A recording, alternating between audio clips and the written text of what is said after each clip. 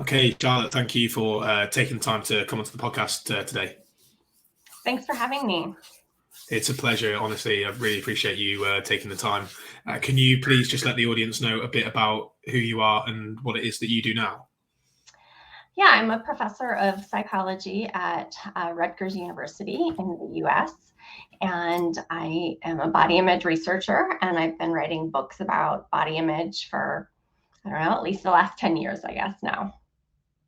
Yeah, fantastic. I came across your work actually from a recommendation from a friend and the body image book for boys. Can you tell us a little bit about why it is that you wanted to that? Because it's written for like preteens, tweens kind of age, isn't it? But I actually really enjoyed reading it as a 32-year-old man. So, thank you for your work. I hear that a surprising amount from parents and adults, actually, that they bought the book for a kid and then they started reading it and found something they learned, which is really cool to hear. Some of my earlier work I wrote for adults, directed at adults. And, I think across my career now, I've just found that some of these issues can be really concerning, really damage people's quality of life. And, prevention is worth a pound to cure, right? So if we can just prevent a lot of body dissatisfaction, prevent disordered eating, it's better. And so that's what got me thinking about writing books for kids. So I've written the body image book for girls and the body image book for boys. And my hope is just to sort of get to the audience before any real mental health concerns or risky behaviors develop. Yeah, that makes total sense, and I can totally understand why you do that, particularly with the 21st century that we're in now and technology and social media. Have you seen in your research a big increase in these kind of struggles, particularly with the rise of like Instagram and TikTok and Snapchat in particular? Yeah, I think that the pandemic shook things up more, perhaps.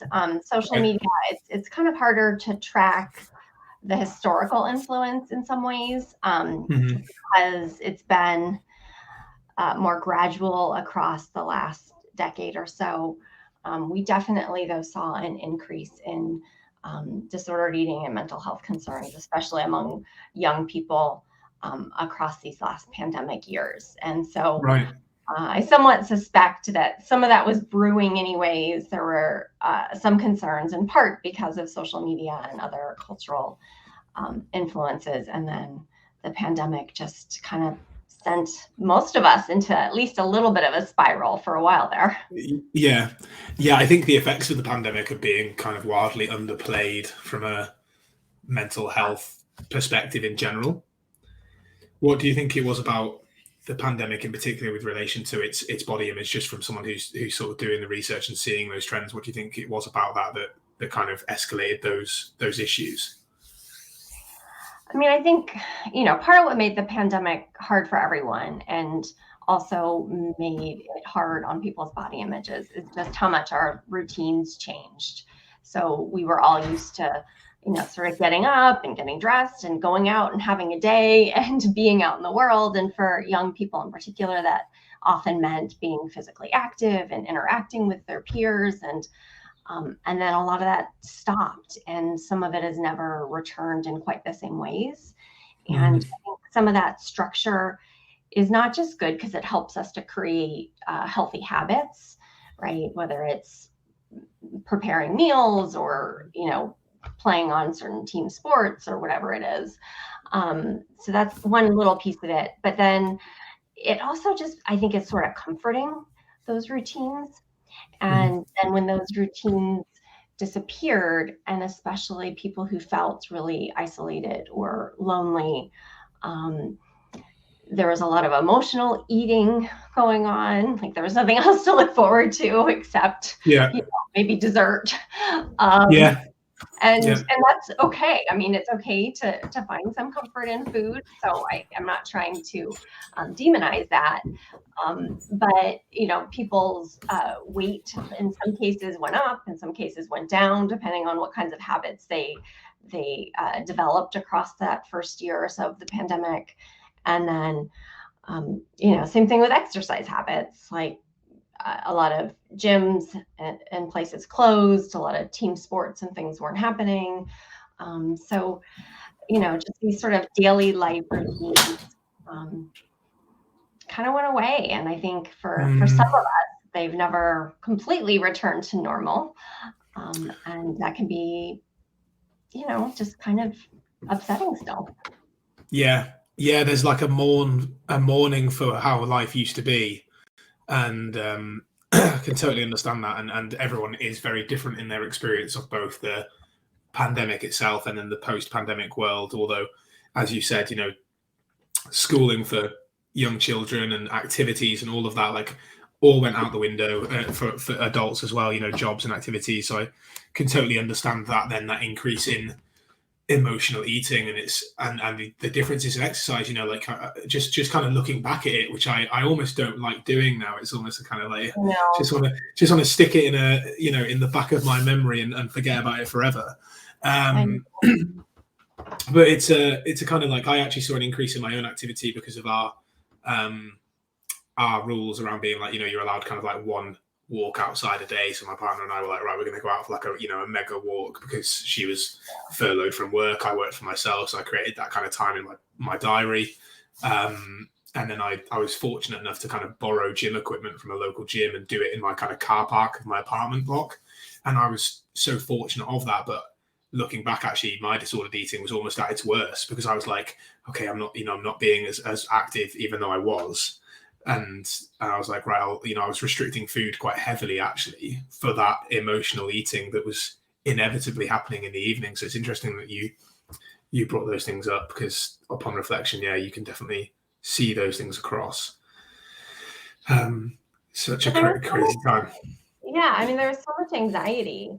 Yeah. And, I like to run for exercise, and in the early days of the pandemic, when there's nowhere else I could go. And so, some of those runs got longer and longer, in part because of boredom, and in part because I had so much anxiety about not knowing what was happening. And it was a way of trying to sort of manage that stress and just do something. So I think, some of these habits that we clung to, we were just doing our best to survive sort of a really unusual time period. But then you can see where then the fallout would be, maybe not right in the moment, but then the fallout a couple of years later is people trying to grapple with, not just what's happened in sort of a global sense, but, what are my habits now? What does my life look like now? And at the center of that is, how do I feel about myself now, which is really a big part of what body image is. Just how do I feel about myself, and how do I sort of build myself back up after going through what's really a sort of trauma. Yes. Yeah, massively. And I've talked with a lot of clients about it, actually, about their effect on themselves, their family lives, their kind of, as you mentioned, their habits, and their habits around exercise, their habits around food, and their habits around kind of childcare, child responsibilities, and how it is still different now than it was pre-pandemic, and the fallout, as you said, there kind of not being sort of known until sort of several years afterwards. And I think that's also something that we can be said of the research that's coming out now about using kind of tracking apps and body weight tracking and all of that, which I'm sure we'll go into later on. But you just said there, like, oh, and that's exactly what body image is. It's the way we feel about ourselves. And I'm glad that we've got to that eventually, because we've got that as the topic of the show, and we haven't actually defined what what body image, what a positive body image is. So would you mind just going through those definitions as well for the audience, if this is their kind of first time really hearing about it? Yeah, so in the research literature on body image, sort of a basic definition is often just how people think and feel about their bodies. My definition is much broader, because in my research, I find that, how we think and feel about our bodies is not a superficial concern. It actually really has a large bearing on how we navigate our social worlds. What are we doing? Who do we engage with? What context do we feel comfortable in? It also, as we've been talking about, really impacts our health-related behaviors, especially when it comes to what we're eating and how active we are. And then it also really has a bearing on our mental health more generally. So we know that people who are really dissatisfied with their bodies are not just vulnerable to eating disorders, but also anxiety and depression and even substance use. So I like to think of body image as just a part of all of our identity. It's how comfortable are we in our own skin. And again, it's not a superficial concern. It's something that really has consequences for almost every area of our life. Yeah, a great way to define it. Absolutely, and so interesting how it has that such a massive bearing on our mental health and overall feelings of well-being as well. And I think this is the kind of issue that we're almost seeing in the fitness industry of the 21st century, although, diet culture through the 20th century and the kind of thin ideal definitely perpetuated it as well. But that sort of idea now that there's like a fit aesthetic, like a thin ideal or a fit aesthetic that we kind of all have to fit into. And it just completely obliterates, the science and genetics that is body diversity and sort of health at every size. Yeah. Yeah. People are always really surprised when I bring up sort of the heritability of weight and body size and shape, right? And I think we just don't talk about that enough, because we're also willing to accept that, no one's shocked when I say like the heritability of height is about 90% of the population level. So, we can all look to, if we know our biological parents, and we can see how we're similar in height, right? Like if you had a really, really tall parent, then it's likelier that you're going to be a really, really tall person. Yeah. No one seems like really to think that's weird, or No. I mean, my mom and I have had almost the exact same shoe size for the last 30 years. Right. That seems totally normal. But then when it comes to like body size and shape, and I say, the research suggests 50 to 80% heritability at the population level. There's more sort of wiggle room there when it comes to something like weight then. Yes. But it's not 100%. We don't have 100% flexibility in how our bodies look. That's just not the way this works. Just like no. height or shoe size or eye color, we can't totally control this. And sometimes people are actually like kind of, I think, depressed when I talk about this. They're like, oh, okay, that's like, too bad. But I actually think it should be framed as it's kind of freeing. Like, you can't totally control it, and you just got to kind of do your best to accept and appreciate who you are. And it doesn't mean never exercise or, eat whatever. But I think there's, something really freeing about just thinking like, well, I'm not going to be a supermodel. And that's okay. Like, I don't have to try for that. Yes.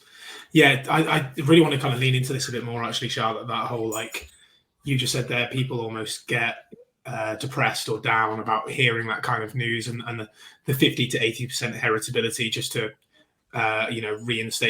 reinforce that again for the listeners, that level of genetic heritage to our kind of body shape and size. And as you said, actually, it can be empowering to be like, still exercise, still foster fantastic nutritional habits, because they're going to help you feel great. And, and exercise, obviously, as we know, can like help you get stronger. And, you can do some amazing things expressing with your body. But I want to really lean into that kind of almost not negativity per se, but almost like a sadness of that acceptance piece. Of like, oh, right, okay, so is this like my lot in life to kind of be this way? And how do you help people through that kind of acceptance and that almost grief there, to be like, you can foster a positive body image at any size? Like, what does that process look like? I mean, I think, what's interesting is that sometimes when I talk with people, especially who have experienced an eating disorder and been through a really productive process of recovery and treatment, that they will often say, like, I don't love my body, but I don't have to. And I mean, I want people to love their bodies. I actually do. But I also think that for a lot of people, maybe that's a goal that maybe feels too high or too far out of reach, at least initially. And we want to focus on just respecting and taking care of our bodies. So that does mean, trying to nourish them well, trying to be active, getting enough sleep, trying to manage stress, all the things that we know are good for our health, avoiding substances that are harmful. And so most of that's pretty basic. We know that from the time we're kids. Yeah. And do those things for the right reason, not because of how we're going to look so much as because we will feel better. We will be healthier. We may even live longer. And try to sort of lean into that piece of caring and respecting one's body, and spend more energy thinking about, how your body is sort of more of a physical vessel for who you are as a person. It allows you to navigate the world, to be in the world, to have relationships, to to do all sorts of things. And I think we just have such a skewed perception of what we should be aiming for based on a lot of the imagery we see, whether it be on social media or television or advertisements. We think that there's this sort of one sort of body type. Of course, it's gender typed, so I guess there's more than one. But Yeah. This sort of ideal that we should be aiming for, and that somehow that's so much more important than just like taking care of ourselves and feeling good. And that's it's such a small minority of people who actually will achieve those ideals ever. And those who do, they have probably sort of the genetics on their side. Yes. And then also they are spending, in some cases, hours every day in the gym. And, they have all kinds of experts helping them to maintain this aesthetic and this level of fitness. And, I mean, like I said, I like running and I like cooking and I like all of that. But like, I want my life to be more than that. Yes. I don't want to just spend like 12 hours a day, like exercising and meal prep. Like that sounds like a really bad life. Well, yeah. And I think it's great what you said about like the genetics being on their side, right? Because when I'm chatting to clients about this, I often say like, no matter how much you sprint, if you were, sprinting from a young age, you're probably not ever going to be faster than Usain Bolt, because that's, the best in sport are the best in sport because they are the best in sport. And I'm not saying that they don't try hard, because obviously, people like Tiger Woods, Usain Bolt, and Michael Jordan, like they practiced relentlessly. They're fantastic, epitomes of hard work. But there's also the genetic predisposition to be the world's greatest, right? And we've got to understand that, and then liken that to what is capable for my body shape and size from the best that I can do. And as you said, you want your life to be more than fitness, unless you are a professional fitness person. And then if you are a professional fitness person, as you said, you've got the time, you've got the resources, you've got the help, you've got all of these other things that are on your side, as well as the genetics. And it's a very different lifestyle for, a 40-year-old mother of 3 who's working a full-time job and, doing the school run. Right. 100%. And these especially professional athletes, in terms of the genetics, basketball players are really tall, right? Yes. Swimmers have like these sort of massive, sort of wingspans, arm spans. I don't know what they call it. Right. I mean, like it's not just like that they're fast. In some cases they are really sort of the exceptional in terms of how most people's bodies appear. Never mind how they work.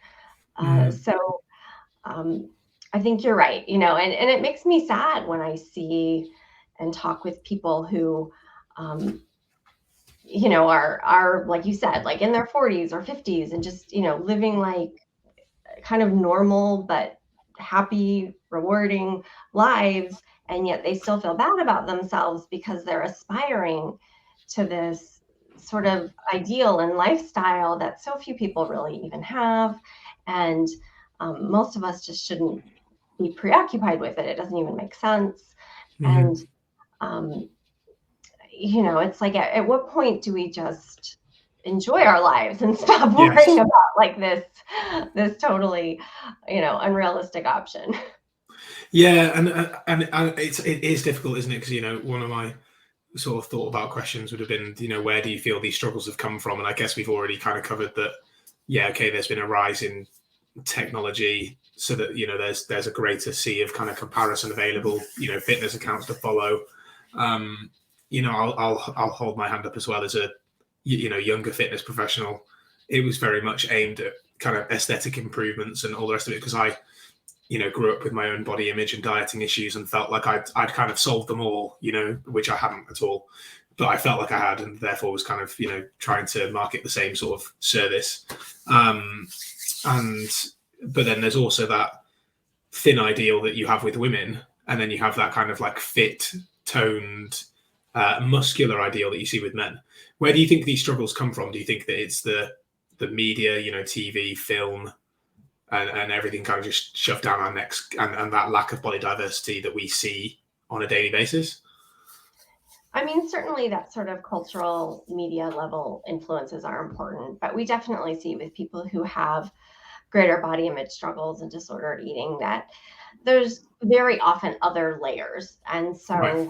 these are people who maybe have a predisposition towards other mental health struggles, because we see high rates of comorbidity among different mental health problems. They also are more likely to be teased in their home about their appearance, right, from their parents or siblings. And these may be people who are really well-meaning, but, always had certain jokes about certain body parts or something that made someone grow up feeling very insecure. Um, there are certain personality qualities that even seem to be vulnerabilities. People who are a little more compulsive, a little more perfectionistic, seem to be more vulnerable to experiencing these problems.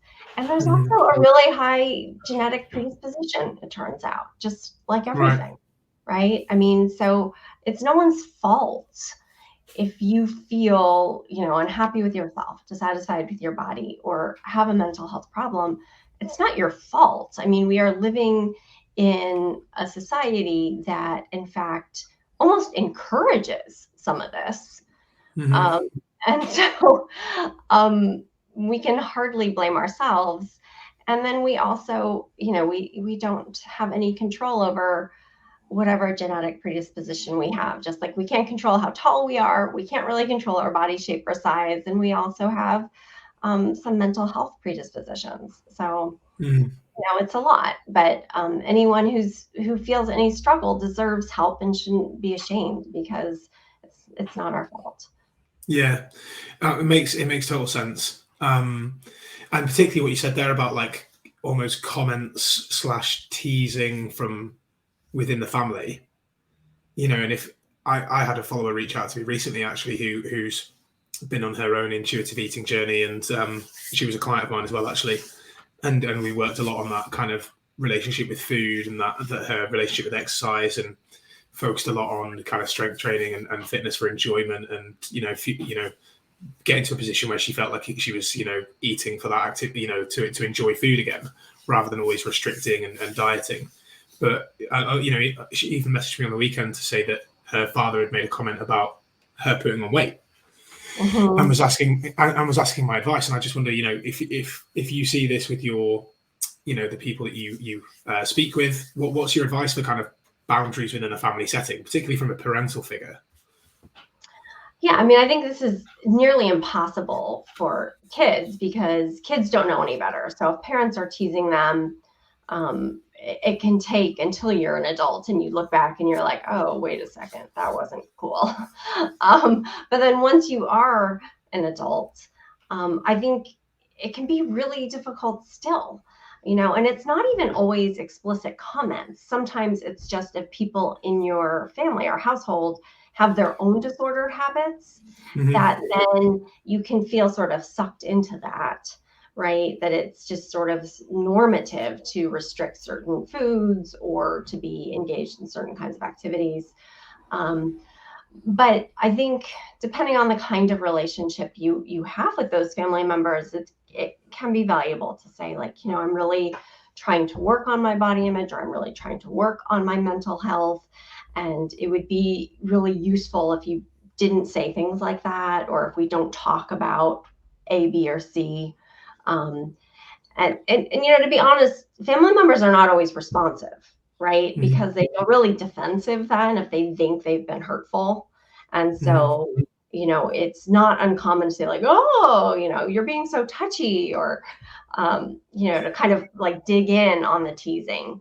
But oftentimes once you put it out there, the message will be received, and Yes. it may then lead to changes in that kind of commentary and also related behaviors. So it can be valuable. I think too, though, that for family members who just aren't responsive, or who just really seem to be a negative influence in these issues, sometimes it's important to create some space, to avoid. I mean, I'm not trying to tell anyone to, sever ties with their family, but Sure. for the sake of your own mental health, sometimes you need to take a little step back, take some space. Or sometimes now we're all texting each other more than we talk to each other anyways. If it's easier to do in writing, like in a text or something, or to share some information, something that you've learned that's useful, and say, I was reading this, or I was listening to this podcast, I thought you might be interested. This is something I'm really working on. Or, a nice way to phrase it is, I could really use your support. So as opposed to pointing out something wrong that someone's done, maybe then in a later moment, say, I could really use your support. This is what I'm really working on, whether it be some body image improvement strategies, or intuitive eating, or activity for the sake of enjoyment, whatever direction you're going in. You could try to just share that and ask for support. And that can be, I think, sometimes more effective for people who might be apt to be defensive. Right, yeah, to kind of like bring them along with you and share what you've learned and the journey you're on, and ask for their support in helping you achieve that. And that, I guess, that helps you declare that boundary of this chat is off limits without explicitly kind of calling them out on their chat and then getting defensive and almost gaslighting you for your feelings. But as you mentioned, even if they do that, they'll still receive the message and not bring it up again. So it's still kind of important to place that boundary, whether you think it will kind of be, joked about or not. At least it will still be heard. And a better way is to share kind of what you're learning and bring them with you. Yeah, I think so. But, family relationships can just be really, really tricky. And if it's not family, sometimes people have, friends or other people in their lives, even a coworker. And I think all the same applies, right? You might want to, take a moment to yourself, think about, how do I want to approach this? Is it best to walk away in this particular moment, and then to, come back later and say, hey, listen, I have this book, or I have this resource, or this is what I'm doing, or, but I mean, I am kind of a believer in trying to spread these positive mental health messages. And, some of these people who may be apt to tease or to not appreciate initially might be the ones who need the most help. So, yes, they're saying something because they have their own issues, possibly. So I agree. I think that's a great way of putting it. I feel that way now when comments are made to me about food or body that do still happen despite kind of doing what I do. And particularly more so actually that because I did used to be a weight loss coach, people who have known me for a long time will still kind of bring things up about certain things. Like even just the weekend just gone, I was on a trip with some friends, and there was a woman who commented on my food at a Weatherspoons, and I was like, this is really interesting. I've never had someone I don't know comment about the food that I've ordered. As you do on a kind of night out, comment on some person's food that's on the table next to you. And then it was actually a lad who I was with who was mentioned that I'd put on weight recently, and I was like, yeah, I have actually. And it's interesting what you said about it's coming from their own beliefs around food and weight and body image. And so if they've got their own kind of disordered thoughts about it, that's where it's coming from. So you can almost take a step back and avoid the hurt by showing compassion, I find. Yeah, I think that can be really challenging. It's asking a lot of some people. Yes, totally agree. Where you're at, but I mean, amazing if you can, turn that into a moment for compassion. I think,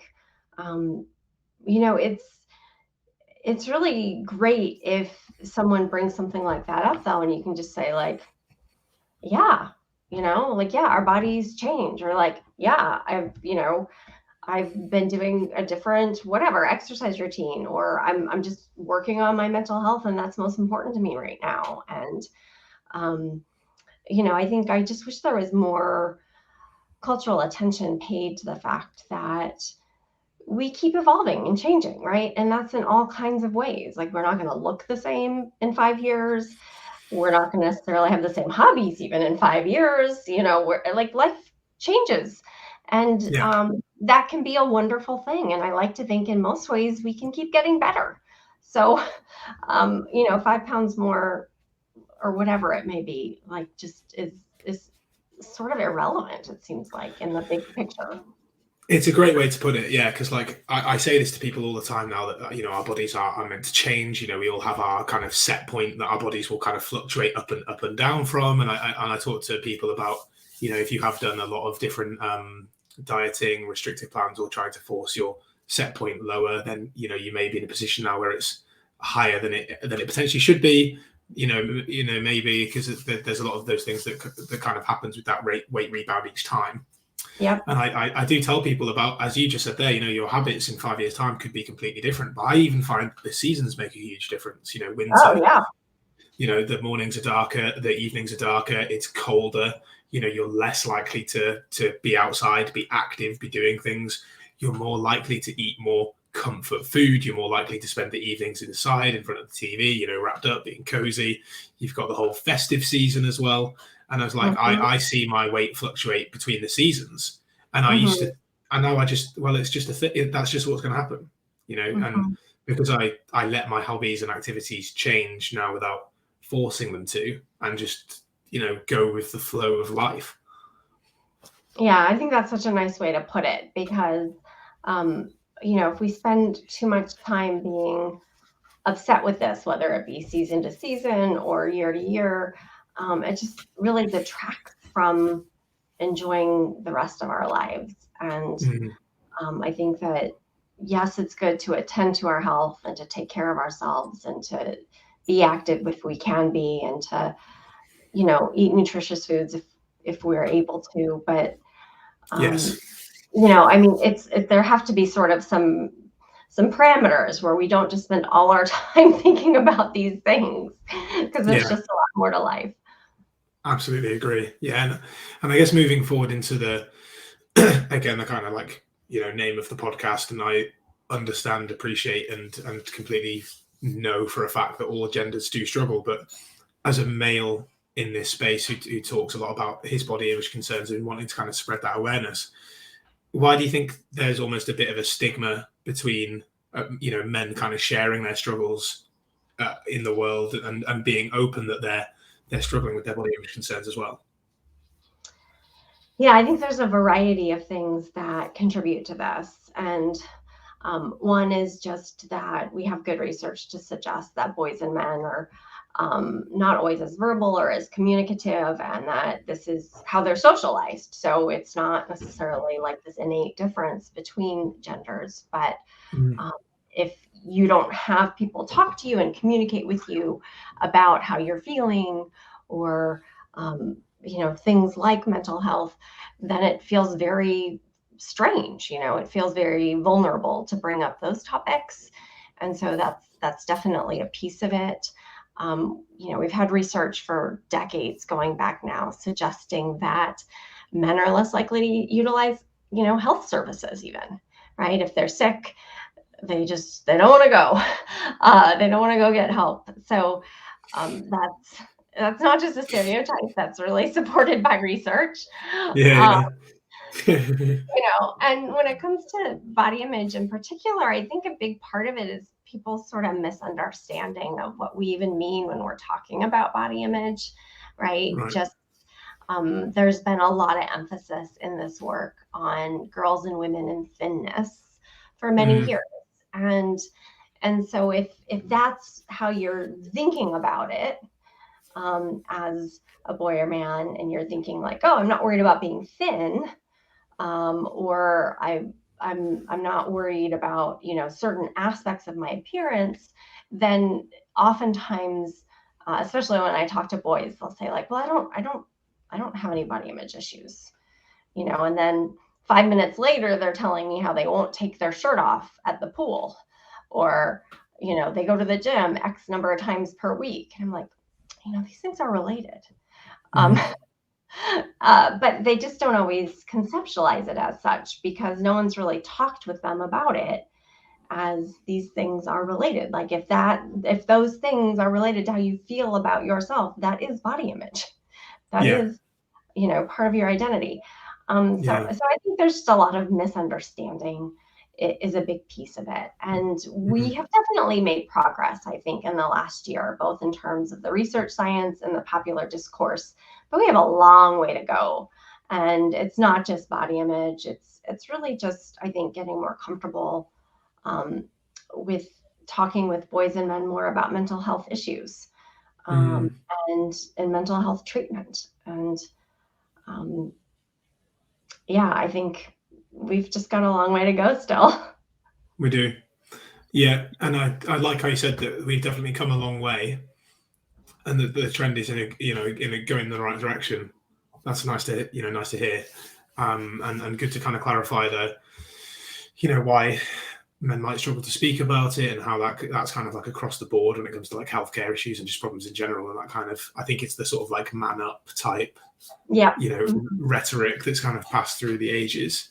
I mean, you mentioned there interestingly about the kind of I don't feel comfortable taking my shirt off at the pool, or as well as then that connection with kind of going to the gym 7 times a week. And now this is something that I really wonder about myself, right? Because I can definitely see where in my past I've exercised for a certain reason, and that was for the fit, lean, strong aesthetic that is like paraded by superheroes and kind of glorified for blokes, right? And I am, but with my learnings around health at every size and all the research and reading that I've been doing over the last couple of years, I'm very aware of my genetic privilege, being a guy who has definitely put on muscle quite easily, from training, throughout my life, and my kind of sort of 10-13 years of weight training now. I've definitely put muscle on in my upper body, chest, arms, that kind of thing. But how do we, if at all, because I'm not really sure I have the answer to this yet, how do we balance the aesthetic goals with a positive body image, if at all? If I'm a guy and I'm like, I want to go to the gym because I want to, get stronger, but I feel like that will make me also bigger around the t-shirt area. Is that a cause for concern, or can that be done from a place of a positive? Does that make sense? Yeah, I understand what you're saying exactly. And I'm glad you brought this up, because I don't ever want to give the impression that I think, we don't need to care at all about how we look, or that there's something wrong with us if we care somewhat. I think it's really all a matter of like, how much, are we, how extreme are we being? Is this detracting from the rest of our lives, or is it contributing? Yes. And that's sort of a general diagnostic criteria that comes up in trying to understand a lot of mental health problems, right? Like, is it affecting your interpersonal functioning, right? Like, is it hurting your relationships because you have this rigid gym schedule? And then we say, okay, that's not, but is it okay to spend some time on basically our appearance, right? And so you're talking about it as, maybe lifting weights or something for the sake of appearance. Mm-hmm. And that may be less likely to be what a lot of girls and women are doing, but they, get their hair colored or use Yeah. makeup or whatever, right? I mean, I don't think that there's any body image research to suggest that that's problematic per se, Mm-hmm. but are you so wound up in those behaviors that then it kind of keeps you from living the rest of your life? Mm-hmm. I mean, I think those are the questions we want to ask. Like, why are we really doing these things? For who? And are they, a disservice to other areas of our life? Yes. Yeah, I'm really glad that you spoke about it that way, Charlotte, and I'm glad I asked the question as well because I was a bit nervous about doing it at first, but I'm really intrigued to kind of find that almost like middle ground, between like health, fitness, and body image, and that kind of sweet spot, as it were, of someone who cares about their health and strength trains as a result of that, but realizes that there might be um, a slight change in aesthetics for that, but realizes that if it does become too obsessive or detracts from the rest of our life, that's when it, becomes danger zone. And I guess that's when you get into things like, body checking and mirror checking quite regularly as well. Like those are kind of behaviors to sort of look out for. That might be, what other behaviors might people want to kind of look out for if they were concerned about their own, relationship with their body image. Yeah, I think that the sort of surveillance, are you always looking in mirrors? Are you always, sort of fidgeting with your appearance in one way or another? Those things can be a sign that you're just uncomfortable or over attending to those issues. I think just, are you kind of obsessing? Is there sort of a lot of mental rumination about these issues? Are you finding yourself like you're in conversation with someone, but you're really worrying about something else? Like, I'm trying to have this conversation, but are they looking at my arms? Do you think, what are they thinking about my arms? Right? I mean, you want to just be able to have a conversation without those kinds of concerns. So I think Yes. that would be a sign that maybe you need to work on kind of shoring up that sense of confidence or that, positive body image a bit more if those things are really prevalent. I think too, like I said, we want to try to frame the behaviors we engage in terms of taking care of ourselves, respecting our bodies, appreciating that, even if we don't look quote unquote perfect, we are valuable as we are. And when we start to, feel, guilt or shame or self-consciousness, those are, natural to some extent, of course, and in certain circumstances. But when those predominate, then that's when I think some treatment is a good idea. Yes. Yeah, and that makes total sense as well. It's good to kind of have that overview almost of things to look out for. And I definitely think that I think the best thing to understand about body image as well is that almost fluidity of it. That Yeah. that compassion for yourself, that you're gonna have good days and bad days about your perception of yourself, and that is totally normal as well. Yeah, I mean, it's like other things in life, right? I mean, some days you at work or school, you feel really smart and you do something really well, and other days you think, oh, I'm such an idiot, I just totally messed that up, right? I mean, it's like there's these normal fluctuations and how we perceive ourselves and how we really are doing, maybe even, and that's totally normal. And it would be kind of pathological too, we have to remember, if every morning you woke up and you're just like, oh, I'm so amazing, right? I mean, that would mean that you're not responding to feedback from others at all, because no one's amazing Yeah, all the time, right? yeah, And so, if you just are like that sort of like self-confident or egotistical to that extreme, then Mhm. that becomes pathological. It means that you're not hearing or seeing or interacting with people, and you don't really appreciate how things are actually going, perhaps in your world. It's nice Mhm. to have enough confidence to feel some buffer from maybe some negative feedback or whatever, but I do think that, no one should expect to just think that they're amazing every day. I mean, that's No, not the way and it goes. no, and actually, the research shows us, doesn't it, that the people that, let's say, like, we were talking about genetically gifted individuals and people that kind of devote their lives to fitness as well, but research actually shows that within those populations, body dysmorphia or body image concerns are actually higher.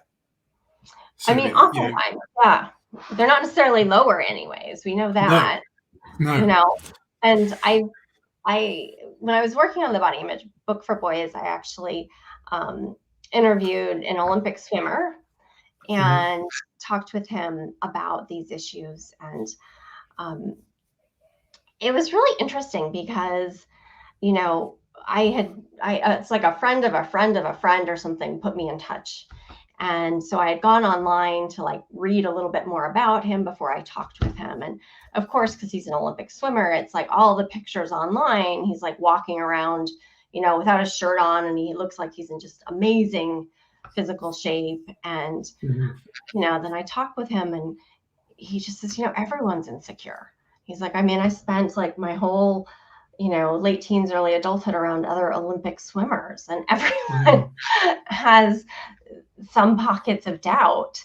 And, because he was so successful, he spent time around other celebrities, and he was like, they too, everyone has these pockets of doubt. No one feels 100% great. And again, that's okay, right? But it was just so interesting because, you know he is almost the exception to the rule. He is that, yeah, like, very small percent of people who are an athlete as their job yeah, and have the whole team supporting them. And in that case, even though he did embody the ideal, he still didn't mm, really necessarily feel like he was that much specialer or better than anyone else. So yeah, yeah. Because again, as you said, like, everyone has those insecurities and everyone has those concerns and everyone has those kind of comparisons and things that they see, because we're all human. And I think yeah. actually as well that in certain sports, swimming it might be less so. I've never done it to any level at all, so I wouldn't know. But in some sports, there is quite a lot of chat around weight and size Hmm. in terms of a performance improvement, because there's still a Yeah. lot of misconception around that, like Hmm. leaner equals better, smaller Hmm. equals better.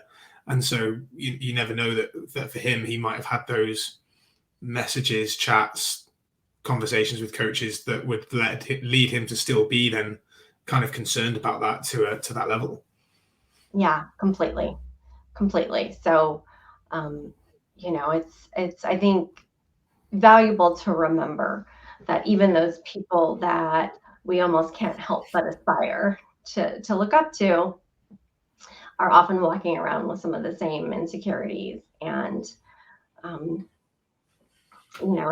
it's a challenging issue, I think, for the majority of people. Yeah. um, and and again, that doesn't mean that we have to feel depressed about that. It just means that we can appreciate that, like, it's okay to feel some of this insecurity, but if it is really impinging on the rest of your life, then you want to get Mm, some support and treatment. absolutely. Yeah. Great message to share. Well, you've got obviously the body image book for boys, body image book for girls. What else is on the what's next for you? I guess, Charlotte, what are you working on at the moment? I'm just about to finish the third book in this series, and it's called Adultish, the Body Image Book for Life. And Right. it's really written for people sort of leaving their teens. So hopefully those loyal readers of the Body Image Book for Girls and Boys will now have aged out of those books, and I'll have the next one ready for them. But so it's sort of with a young adult audience in mind, but really just sort of tackling more of the issues probably all adults are experiencing. So instead of in the boys and girls books, I talked about puberty and things like that, and the next one, which I talk more about relationships, I talk more about intuitive eating, I talk more about other mental health concerns. So the thread sort of woven throughout all the topics is body image, but in some ways it's kind of become like a health manual for people once they hit adulthood, I think. So that'll be out next year, but it's thankfully almost all written now. So great. Yeah, well, I look forward to following your journey and completing that, and we'll definitely get a copy when it's released. I'll share the links to the other books here in the podcast as well. I definitely recommend anyone listening to this to pick up their respective copy of those books, as well as consider them for their children as well, for any parents listening to this. Where else is best to send people, Charlotte? Are you social media, website, those kind of things, all details there? Yeah, so you can go to thebodyimagebooksforgirls.com or thebodyimagebooksforboys.com, and all my social media links are on those pages as well. So great. You can find all kinds of information and resources there. Amazing. Well, I'll link both of those there in the show as well. So thank you again for coming on. I've really enjoyed our conversation. I really appreciate your time as well. Yeah, thank you.